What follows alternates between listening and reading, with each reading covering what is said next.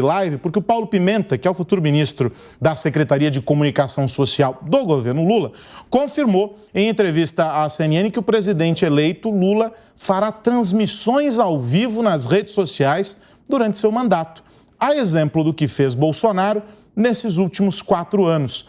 O ministro, no entanto, não deu detalhes sobre como essas lives vão acontecer. Segundo Pimenta, a periodicidade e a possibilidade de acontecerem em horários fixos vão ser discutidos nos primeiros dias de governo.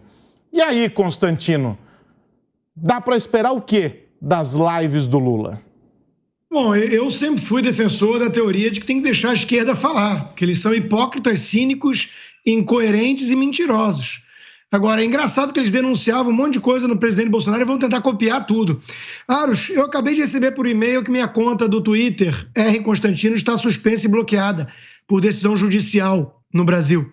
O Twitter, que é a única rede que foi comprada por alguém que acredita na liberdade, ao contrário da turma do Google, do YouTube, né, e do Facebook, veja que não tem nada a ver com o Elon Musk, coitado, tem a ver com uma decisão judicial do Brasil. Por isso tem que ter VPN, por isso a turma tem que instalar VPN para poder continuar acessando o meu conteúdo que é livre aqui nos Estados Unidos, né? Então é com isso que estamos lidando. Eu agora não posso, sem saber o motivo, corre em sigilo de justiça o processo, né? Eu não posso me manifestar no Twitter com 1,5 milhão de seguidores. Por quê?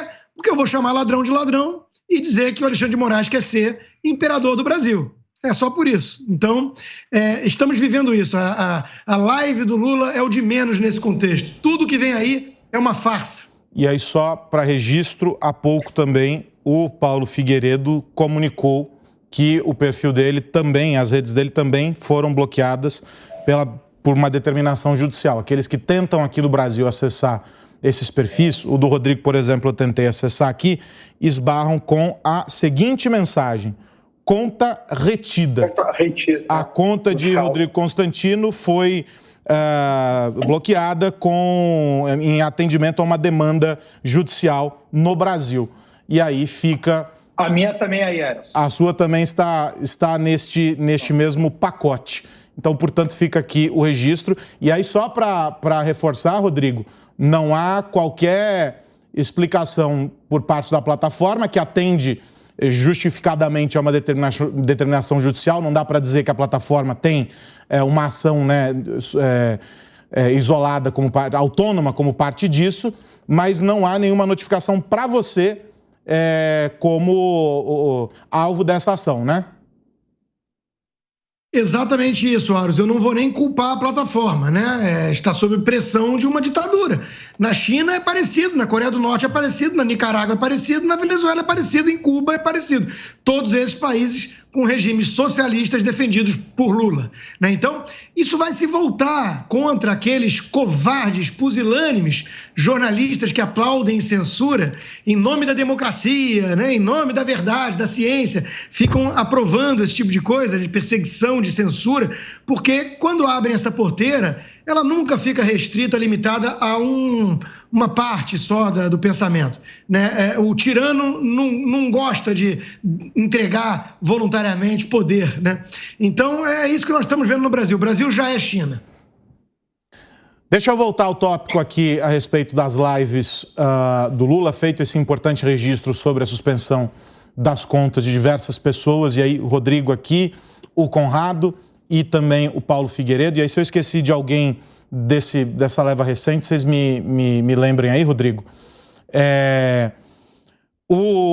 A possibilidade, portanto, de que o Lula mimetize essa forma de interação que o Bolsonaro adotou durante o governo dele, de maneira geral, aí, ao longo desses últimos anos. Aí só tem uma dúvida, né, Conrado? A forma de tudo isso.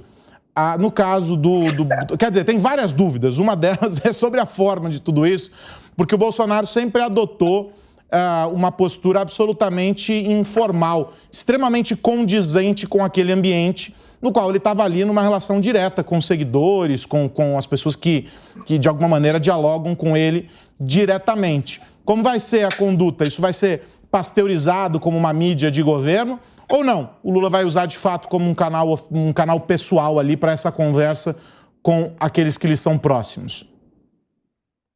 Claro, eu acho que vai ser, não vou nem dizer pasteurizado, tá? Mas ele vai ser mais formalizado, vai ter uma estética melhor que a do Bolsonaro. Porque o Bolsonaro começou falando em cima de uma prancha de surf ali, comendo pão com leite condensado, né?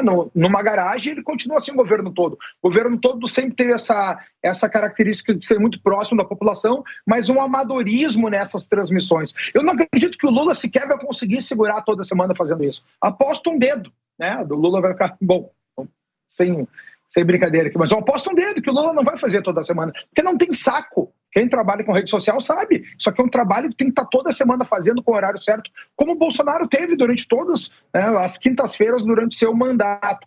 É interessante porque as redes sociais é uma forma de acesso direto à população, só que vale a gente lembrar também que as lives do Lula não tem ninguém vendo, né? As minhas lives davam mais pessoas assistindo, que as lives do Lula. Então eu acho que não vai ter essa interação, porque o próprio público do Lula não é condizente com isso, né? Então o que tu vai ver ali vai ser perguntas formadas, já pré-fabricadas, chegando por Lula, para ele fazer um teatrinho ali. Eu acredito que isso aí não dura 6 meses, Aros, pelo simples fato que é um saco de fazer, e o Lula não tem esse saco para colocar à disposição. É muita vontade de ser algo modernoso, mas não vai conseguir fazer.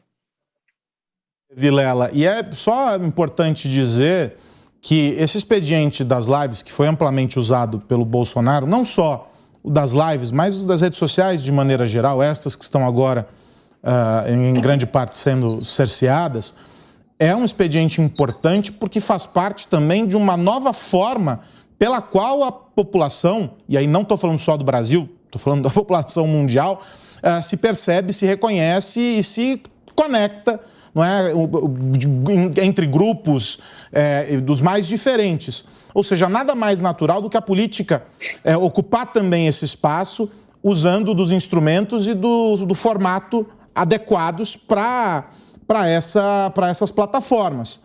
Agora, tem que ser algo natural. Não dá para ser algo forçado. E aí, o Conrado, quando faz essa leitura, a gente pode entender de alguma maneira, né, Vilela, que se for forçado, não só não terá saco para fazer, aí aspas para o Conrado, como também não vai conseguir se conectar com a população. E, no fim, esse é o objetivo de um expediente como esse, né?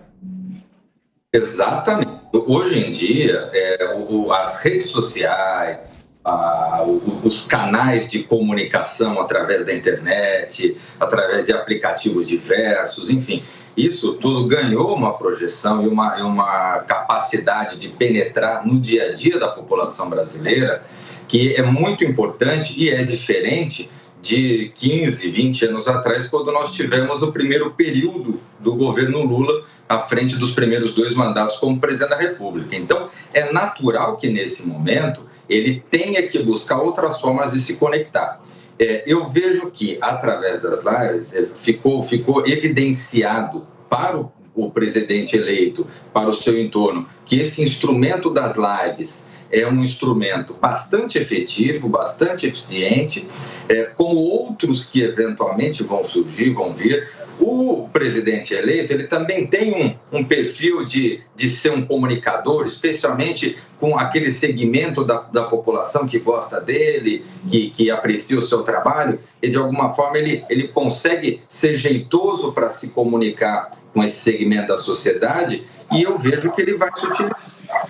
E eu acho que o importante disso é que a gente compreenda como você tem um aspecto de evolução da comunicação institucional, da mesma forma que você tem em outros setores. E comunicação é isso, você tem que estar atento em quais os mecanismos que melhor atingem o público receptor. E a presidência da República não pode abrir mão realmente de um instrumento tão valioso como esse.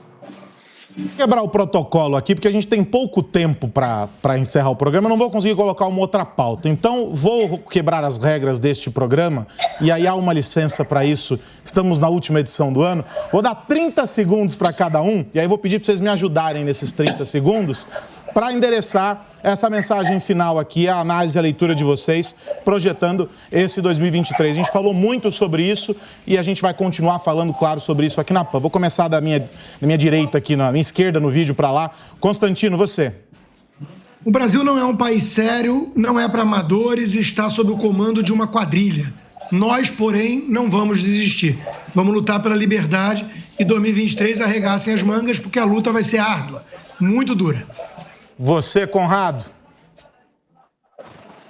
Meus amigos, vocês enxergaram nesse período aí dos 4 anos do Bolsonaro, esse momento onde a gente tem que perder toda essa visão de wishful thinking, né? Essa visão mágica do que pode acontecer, e que tudo depende de nós. Nossas instituições estão sendo canibalizadas e todas elas estão sendo canibalizadas em silêncio. Os abusos ocorrem porque não tem esse dever, e a nossa missão agora é sermos todos resistência. Ninguém larga a mão de ninguém.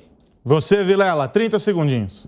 Olha, na vida democrática é impensável você ter decisões judiciais em relação às quais a pessoa que sofre as consequências dessa decisão não consiga ter acesso ao processo, não consiga se defender, não consiga saber por que está sendo cerceado. O ano de 2022, infelizmente, foi pródigo desse tipo de situação no Brasil. O que eu espero e torço é que no ano de 2023 a gente possa ter o país voltando à normalidade institucional, que é o que todos nós queremos e é o que o país precisa. Não podemos realmente nos conformar com esse tipo de prática que não é prática democrática, não é prática republicana.